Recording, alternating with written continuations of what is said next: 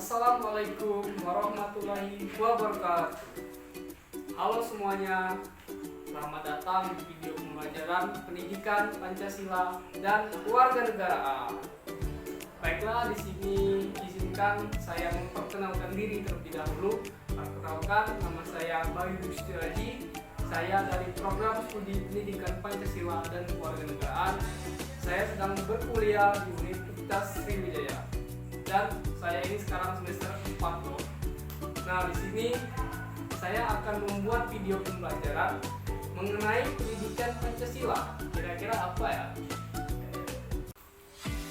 Oke, sebelum lanjut jangan lupa subscribe and like dan komen mengenai video pembelajaran kami.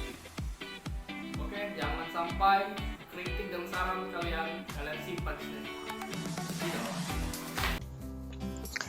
Baiklah, kali ini kita akan membahas mengenai lembaga penyelenggara negara. Apa sih lembaga penyelenggara itu? Lembaga penyelenggara adalah badan yang dibentuk oleh negara berdasarkan undang-undang untuk menjalankan tugas-tugas tertentu dalam rangka penyelenggaraan negara. Lembaga-lembaga ini memiliki kewenangan dan fungsi yang berbeda-beda.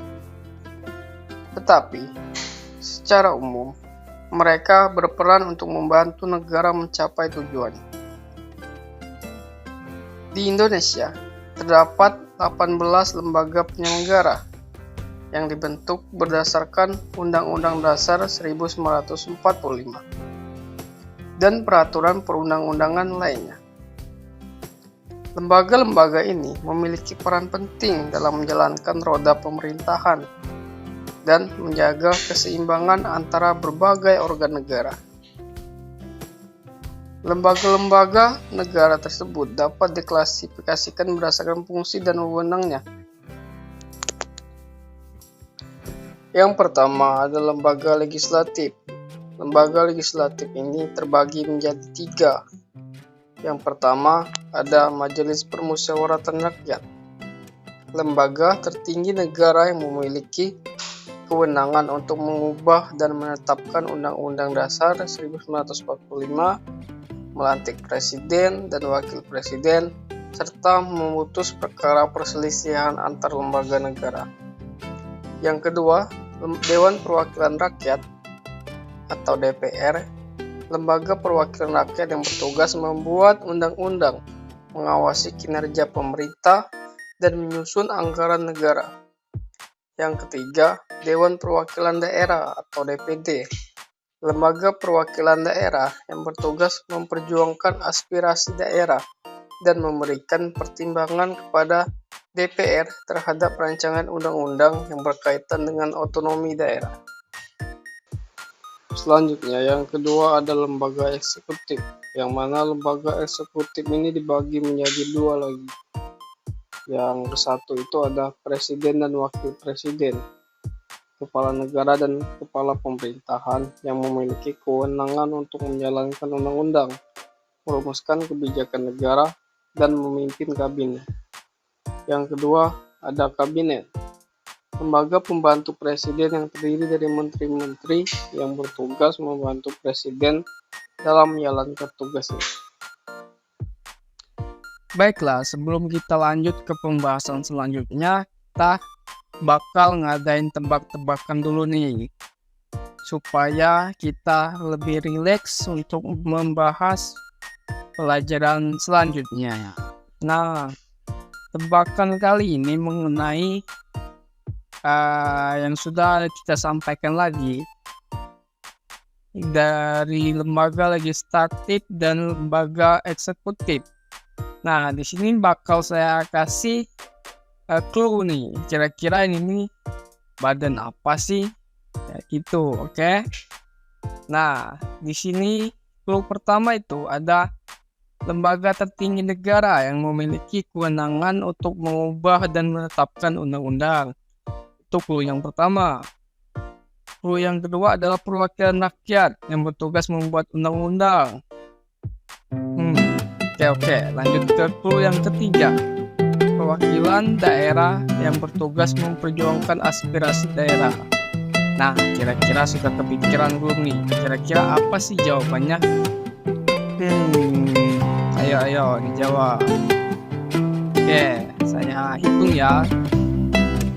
Sampai hitungan ke 10. 1, 2, 3, 4, 5, 6, 7, 8, 9, 10. Jawabannya adalah ya, lembaga legislatif. Oke, mungkin untuk tebak-tebakan cukup nih. Kita lanjut ke pembahasan selanjutnya ya. Oke. Yang ketiga ada lembaga yudikatif. Lembaga yudikatif ini dibagi lagi menjadi dua. Yang pertama Mahkamah Agung atau MA, lembaga peradilan tertinggi yang bertugas mengadili perkara di tingkat kasasi, pembatalan putusan pengadilan di bawahnya, dan memberikan tafsir undang-undang. Yang kedua Mahkamah Konstitusi atau MK, lembaga peradilan yang bertugas mengadili perkara konstitusi, memutus sengketa antar lembaga negara, dan memberikan tafsir konstitusi. Baiklah, adapun lembaga yang keempat ini terbagi lagi menjadi ke beberapa badan. Yang pertama itu Badan Pemeriksaan Keuangan atau BPK, lembaga negara yang bertugas memeriksa tanggung jawab keuangan negara yang dilakukan oleh ketiga lembaga negara, DPR, DPR, dan DPD. Yang selanjutnya ada Komisi Pemberantasan Korupsi atau KPK, lembaga negara yang bertugas memberantas tindak pidana korupsi. Yang selanjutnya Komisi Yudisial atau KY, lembaga negara yang bertugas menjaga dan menegakkan kehormatan dan martabat hakim. Selanjutnya ada Badan Pemilihan Umum atau BPU, lembaga negara yang bertugas menyelenggarakan pemilihan umum. Selanjutnya Dewan Kehormatan Penyelenggara Pemilu atau DKPP, lembaga negara yang bertugas menjaga dan menegakkan kode etik penyelenggara pemilu.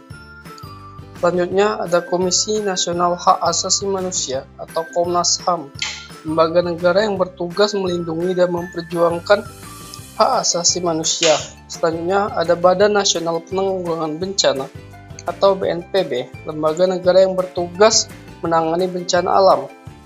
Selanjutnya ada Dewan Etik Solusi Perselisihan Perburuan atau Dinas CSIPP, lembaga negara yang bertugas menyelesaikan perselisihan perburuan. Selanjutnya ada Ombudsman Republik Indonesia, lembaga negara yang bertugas menerima dan menyelesaikan pengaduan masyarakat tentang penyelenggaraan pelayanan publik. Kesimpulan dari pembahasan yang telah kita pelajari tadi mengenai lembaga-lembaga penyelenggara negara merupakan pilar penting dalam sistem pemerintahan di Indonesia. Keberadaan dan peran mereka sangatlah krusial untuk menjaga kelancaran jalannya pemerintahan dan mewujudkan cita-cita bangsa.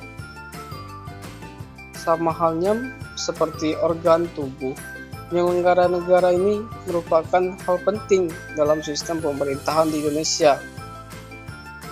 Nah, dari pembahasan yang telah kita pelajari tadi, mungkin cukup sampai di sini dulu, dan ini bakal ada tugas untuk anak-anak sekalian mengenai pembelajaran yang telah kita pelajari tadi. Nah, dari 4 lembaga besar yang telah kita pelajari tadi, nah urutkan dari yang atas sampai paling bawah mengenai strukturalnya, yang mana yang paling tinggi dan yang mana terusannya, seperti itu. Semoga anak-anak dapat memahami pelajaran pada hari ini dan sukses terus untuk anak-anak. Semoga pembelajaran hari ini dapat menjadi ilmu yang bermanfaat di kemudian hari dan menjadi salah satu bekal dalam anak-anak menjalankan kehidupan di masa yang akan datang. Oke, kurang dan lebih saya mohon maaf. Pada Allah saya mohon ampun. Saya akhiri. Wassalamualaikum warahmatullahi wabarakatuh. Selamat belajar anak-anak. Bye-bye.